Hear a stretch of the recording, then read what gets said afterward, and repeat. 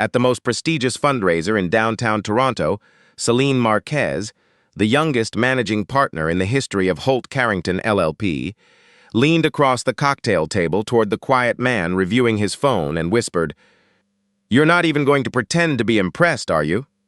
He looked up, and the calm in his eyes made her forget every rehearsed line she had ever used.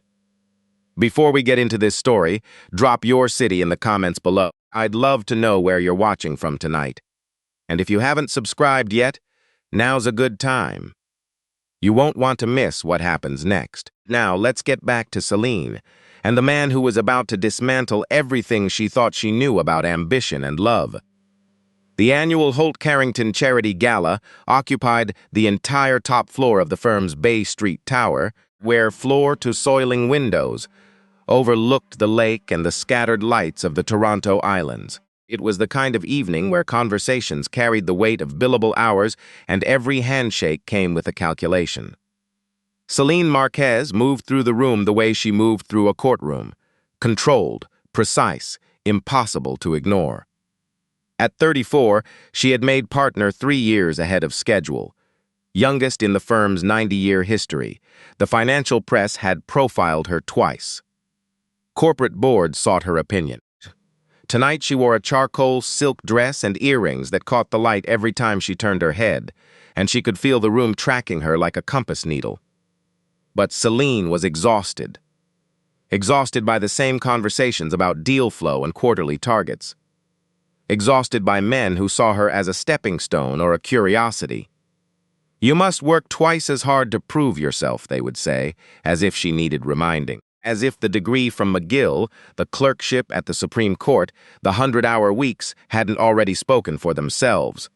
That was when she noticed him. Standing near the bar, slightly apart from the crowd, a man in a navy suit that fit well enough, but clearly wasn't custom. He held a glass of ginger ale, and he wasn't networking. He wasn't scanning the room for someone more important to talk to. He was looking at his phone, typing something with one thumb. A small smile on his face that had nothing to do with anyone in this building. Owen Kirkpatrick had worked in Holt Carrington's litigation support department for 6 years.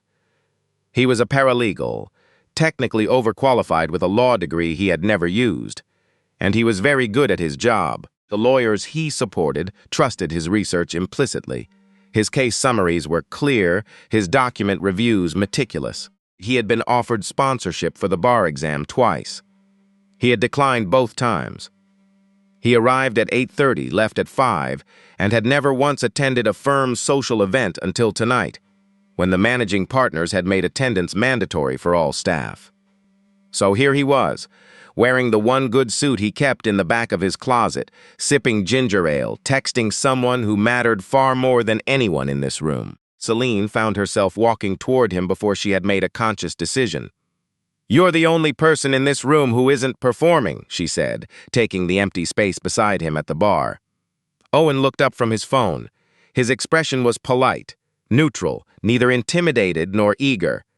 "Mrs. Marquez, Selene." He said it simply and didn't follow up. No compliment.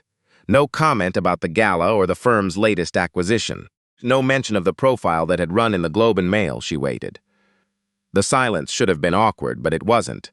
It was just quiet, the way silence sounds when someone has no interest in filling it with noise. "You're Owen Kirkpatrick," she said. "Litigation support." "That's right. I've read your case summaries, the Beaumont file, the Tremblay merger. You do exceptional work. Thank you." She waited for more. A smile, perhaps. Comment about how nice it was to be recognized. Instead, Owen glanced at his phone again, typed a quick reply, and slid it into his jacket pocket. "Hot date after this?" The question was meant to sound casual. Owen's eyes met hers. Calm, direct, without a trace of flirtation. "Someone's waiting up for me." Selene felt something shift in her chest, a small, unfamiliar spark. She glanced at his left hand. No ring. That meant nothing, of course. People were complicated. She leaned slightly closer, lowering her voice. "You're not even going to pretend to be impressed, are you?" It was bold.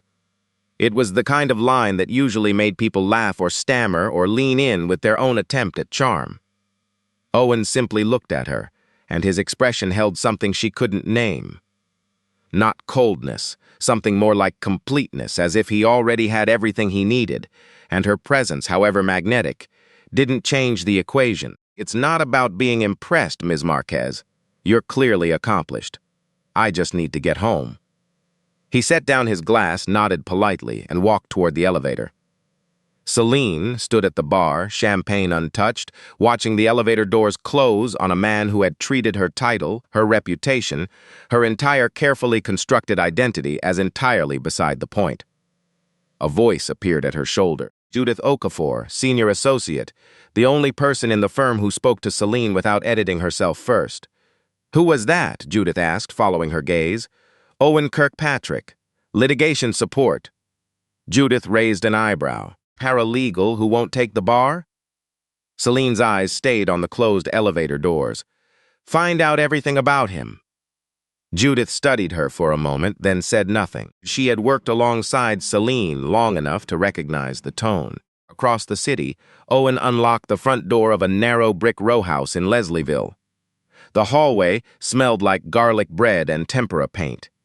He stepped over a pair of small running shoes and hung his jacket on the hook by the door. His mother, Francine Kirkpatrick, was in the kitchen, drying the last of the dishes. She looked up when he came in and pressed a finger to her lips. "He tried to stay awake," she whispered, gesturing toward the living room. "Made it to about 8:15. Owen walked to the couch and found his son curled up under a fleece blanket patterned with hockey sticks.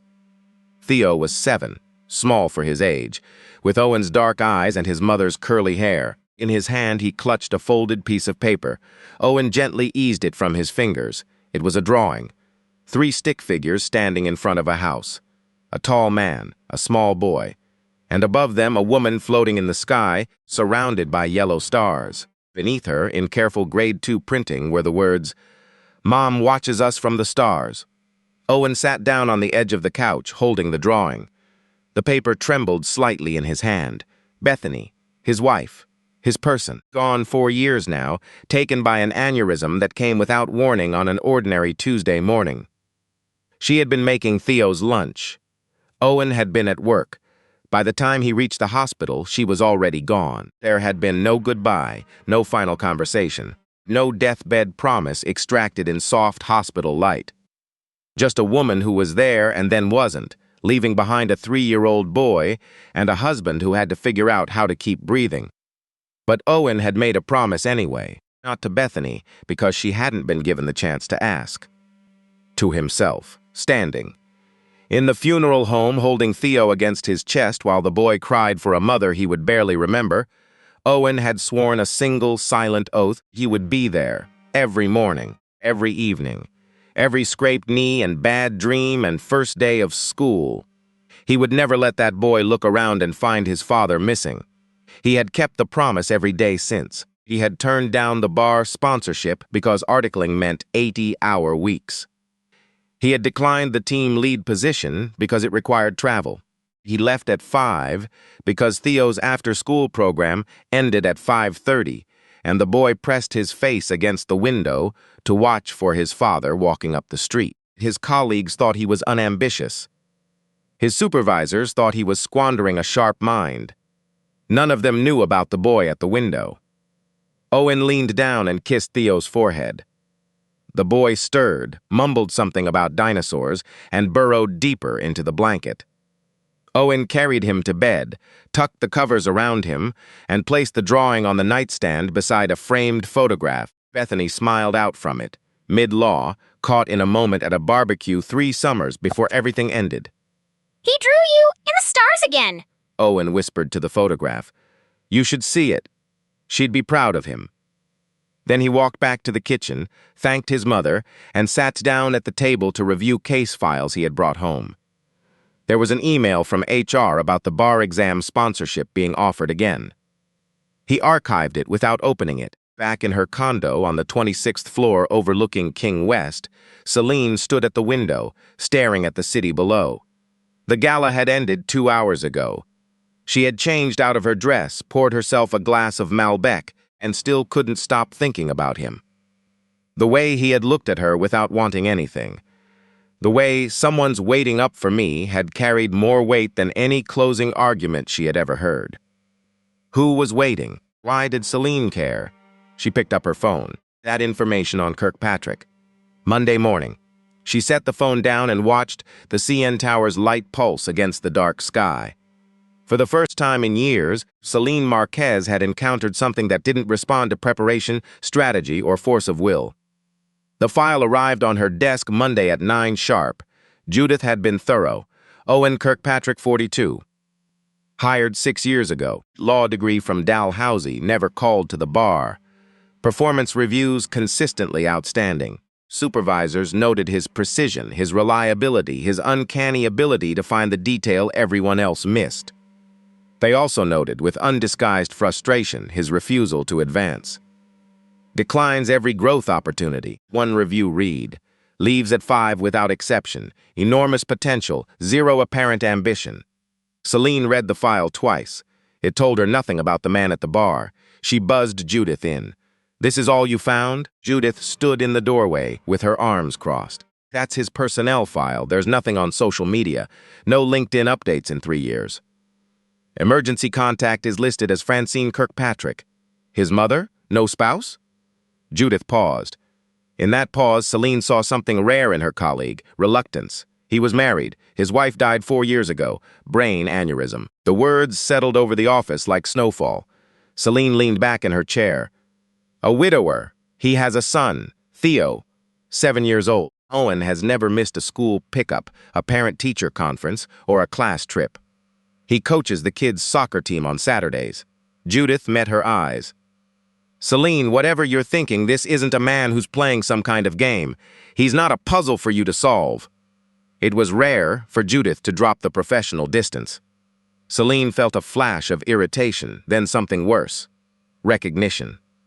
"I'm not trying to solve anyone," she said. Judith didn't argue. She set the file on the desk and left.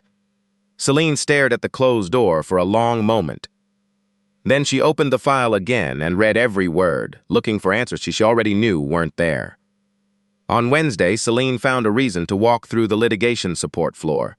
She did this occasionally, she told herself. Visibility mattered. She knew her people by name. Owen was at his desk, reviewing a contract on a split screen, a highlighter tucked behind his ear. He wore a checked shirt with the sleeves pushed back, and his brow was drawn in concentration.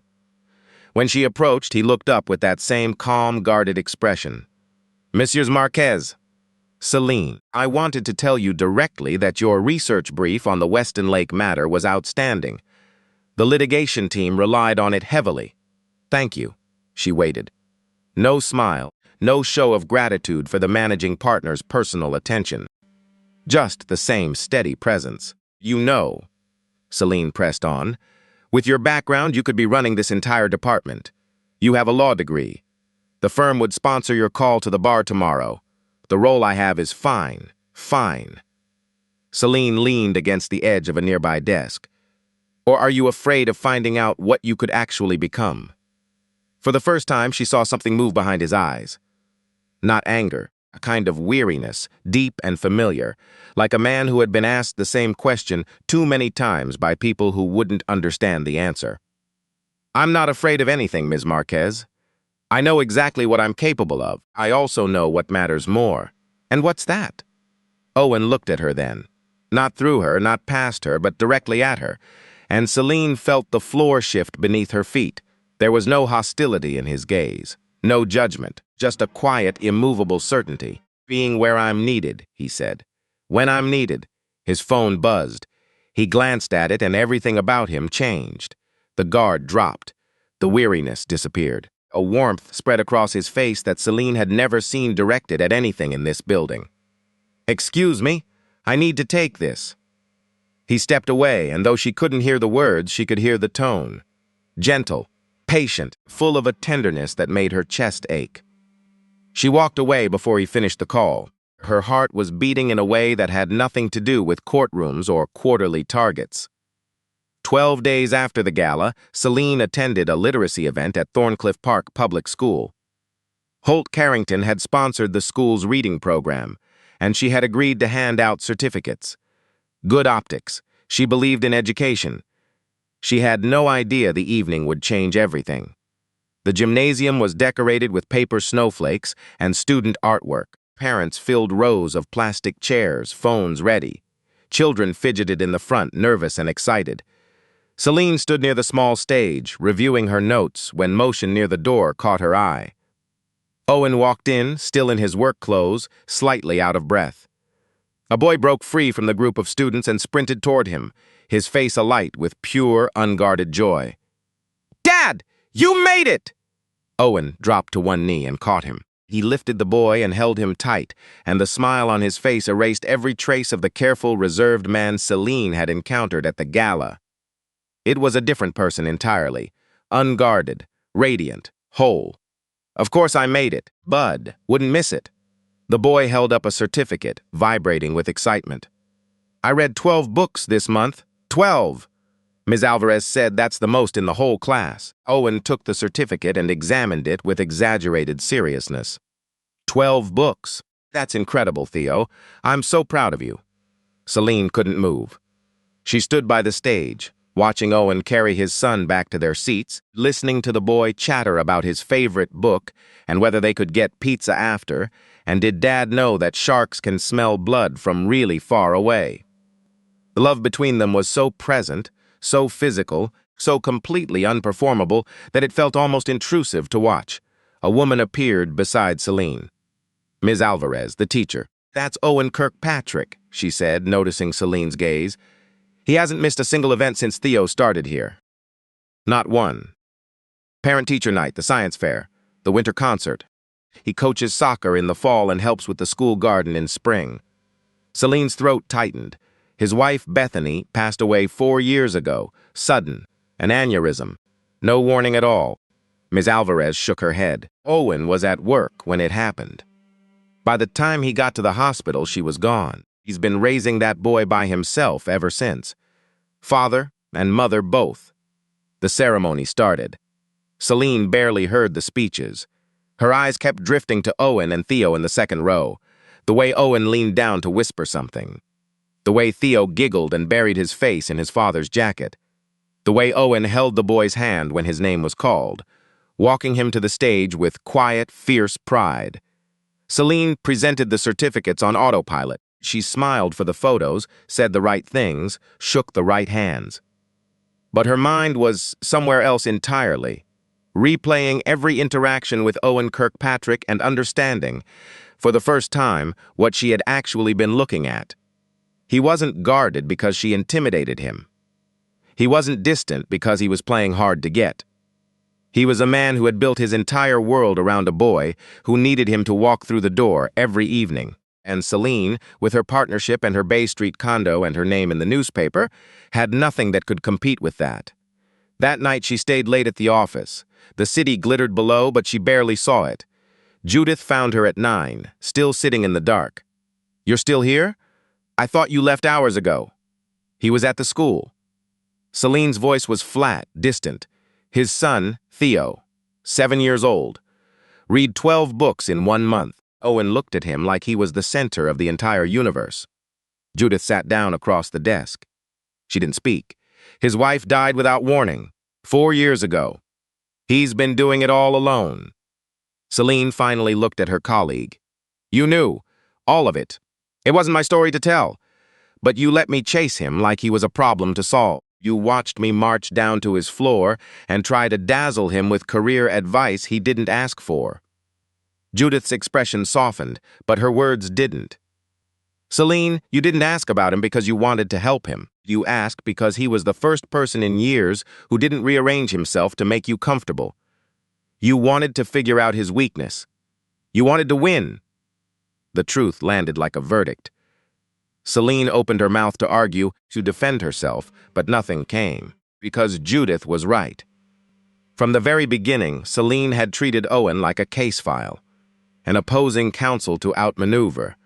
She had never once considered that his distance had absolutely nothing to do with her. "He's not a case you can close," Judith continued gently. "He's a man keeping a promise, and that little boy is counting on him to keep it." Selene pressed her palms against her eyes. "What am I doing, Judith?" What am I even doing? Judith stood and walked to the door. Before she left, she paused. That's the most honest question you've asked yourself since I've known you. Maybe sit with it for a while. 4 days later, another firm gathering. Smaller this time, drinks in the partners' lounge for department leads. Owen was there, required again, standing near the window with his ginger ale. Selene watched him from across the room, gathering something that wasn't courage exactly. Honesty, maybe. When she finally walked over, she didn't bother with charm. I know about Bethany, she said quietly. About Theo. About why you leave at 5 every day. She turned to face him, and her voice wavered.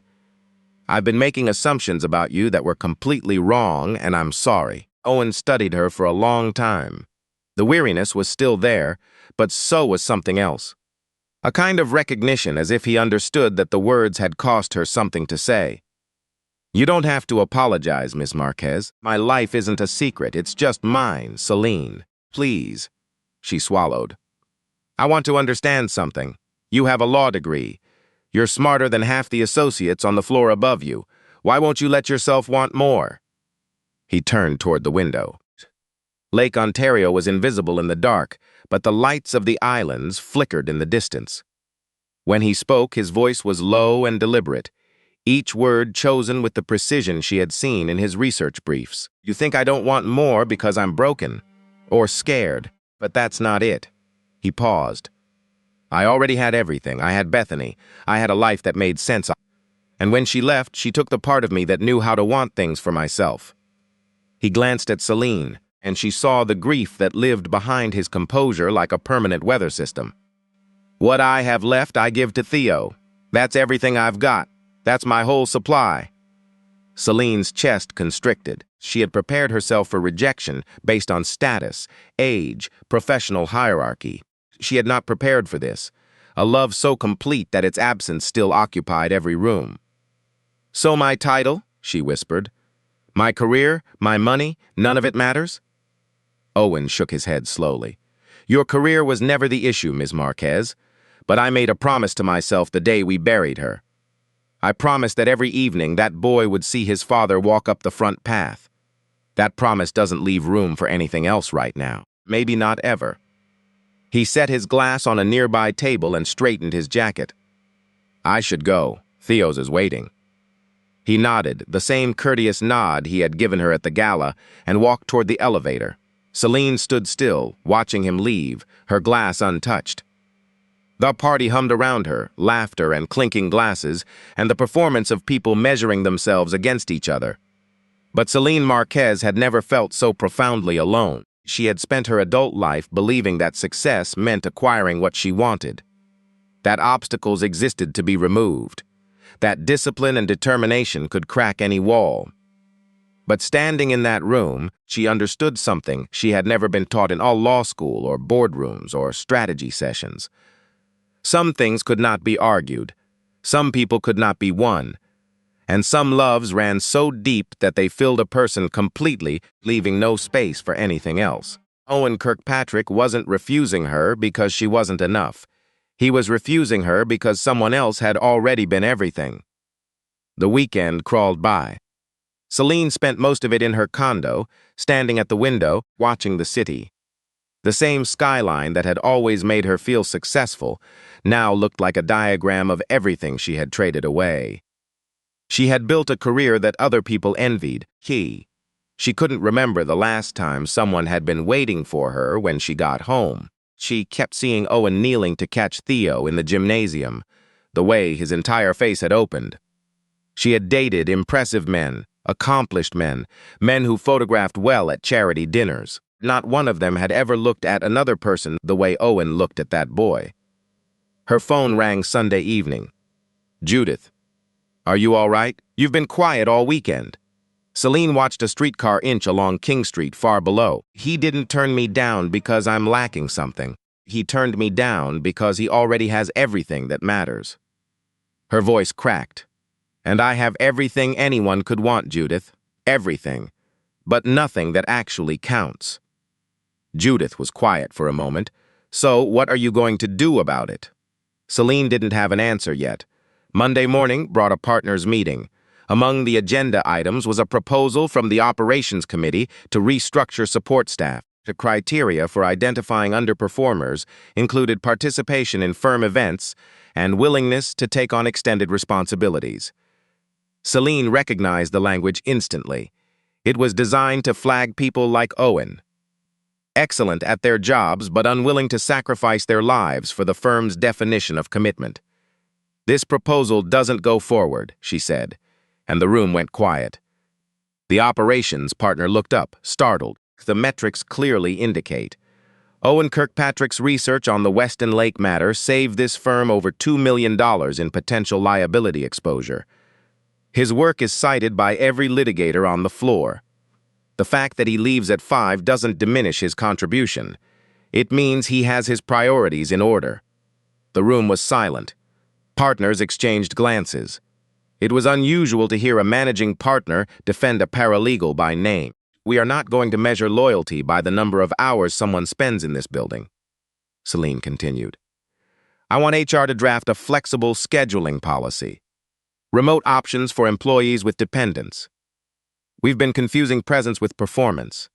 That changes now." The meeting continued, but Selene's mind stayed on the decision she had just made. It wasn't about Owen. Or it wasn't only about Owen. It was about realizing that her entire career had been built on metrics that measured the wrong things. 2 weeks later, she established an anonymous bursary fund through the Toronto District School Board for children of single-parent families. She worked with Ms. Alvarez to identify students who would benefit. When the list came back, one name stood out: Theo Kirkpatrick. Judith brought the paperwork to her office. "You know he'll never find out this came from you." Selene signed without hesitation. "That's the point, is it?" Judith studied her. "You could tell him. Show him what you've done. He might see you differently." Selene shook her head. "I'm not doing this so he'll see me differently. I'm doing this because, for the first time in my life, I understand something." She set down her pen. "Real success isn't measured by what you accumulate. It's measured by what you're willing to give without expecting a single thing in return." Judith smiled, a real smile, warm and unguarded, breaking through her usual professional composure. "You've changed. Maybe." Selene looked out at the city. "Or maybe I'm just finally paying attention." On a Friday evening, 3 weeks after their last conversation, 2 scenes unfolded across the city at the same time. In a narrow row house in Leslieville, Owen Kirkpatrick sat at the kitchen table while Theo bounced in his chair, holding an envelope he had already opened and read 4 times. "Dad, it says I got a bursary, a real one. Ms. Alvarez says I can take art classes at the community center and they'll pay for all the supplies." Owen took the letter and read it. Anonymous donor, full coverage. Art supplies, instruction, field trips. He thought about every promotion he had declined, every opportunity he had let pass, every time someone had told him he was wasting his potential. And somehow, his son was going to get a chance he hadn't asked for and hadn't earned, because someone out there had decided he deserved it. "That's amazing, buddy." Owen pulled Theo into his arms. "I'm so proud of you." Theo's face was bright, but then it shifted. "Dad, do you think Mom would be happy?" Owen looked up at the photograph on the shelf above the kitchen table. Bethany, mid-law, holding a sparkler on Canada Day, her hair wild in the wind. "She'd be so happy, Theo. She'd be over the moon." Theo followed his gaze and went quiet for a moment. Then he asked the question he asked every few weeks, the one that always landed like a fist against Owen's ribs. "Dad, does Mom still see us?" Owen kissed the top of his son's head, breathing in the familiar smell of his shampoo, something with green apples that the boy insisted on because Bethany had used it too. "Every single day, Bud, every single day." Across the city, Selene Marquez stepped out of the elevator on the ground floor of Holt Carrington. The clock in the lobby read 6:15. The office was nearly empty, most people long gone to homes and families and lives beyond these walls. She walked through the lobby slowly, her shoes echoing on the polished stone. For years, she had been the last to leave, wearing her exhaustion like a medal. Tonight was the first time she had left while the sky still held light, the sunset bleeding orange and pink across the lake. There was no one waiting for her at home, no child running to the door, no photograph on a shelf of a love that had ended too soon. But as Selene stepped onto the sidewalk and felt the cool autumn air against her face, she understood that something inside her had shifted. She had built her entire life on the belief that winning meant getting what she wanted. That power meant clearing the path. That if she worked hard enough, long enough, strategically enough, nothing could resist her. But Owen Kirkpatrick had shown her a different kind of strength. The strength to say no when everything around you says yes. The strength to keep a promise you made to yourself standing in a funeral home. The strength to build a small, steady life and fill it with so much love that nothing else could fit. Selene walked toward the streetcar stop, her briefcase loose in her hand. Not the sharp, purposeful walk of a managing partner closing a deal. Something slower, something more human. She had been wrong from the start. She had thought the barrier between them was professional, status, ambition, age. But the real barrier was something that couldn't be billed, negotiated, or outworked. Devotion. Quiet, unbreakable devotion to the people who mattered most. Owen Kirkpatrick hadn't refused her because she wasn't enough. He had refused her because someone else had already been everything, and the echo of that love still filled every room he walked into.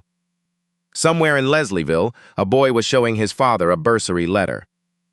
Somewhere in that narrow row house, a man was keeping a promise to a woman he would love for the rest of his life. And Selene finally understood the truth that had eluded her for 34 years. Her title was never the problem. His devotion was. And that wasn't a flaw. It was the most extraordinary thing she had ever witnessed. And that's where our story ends.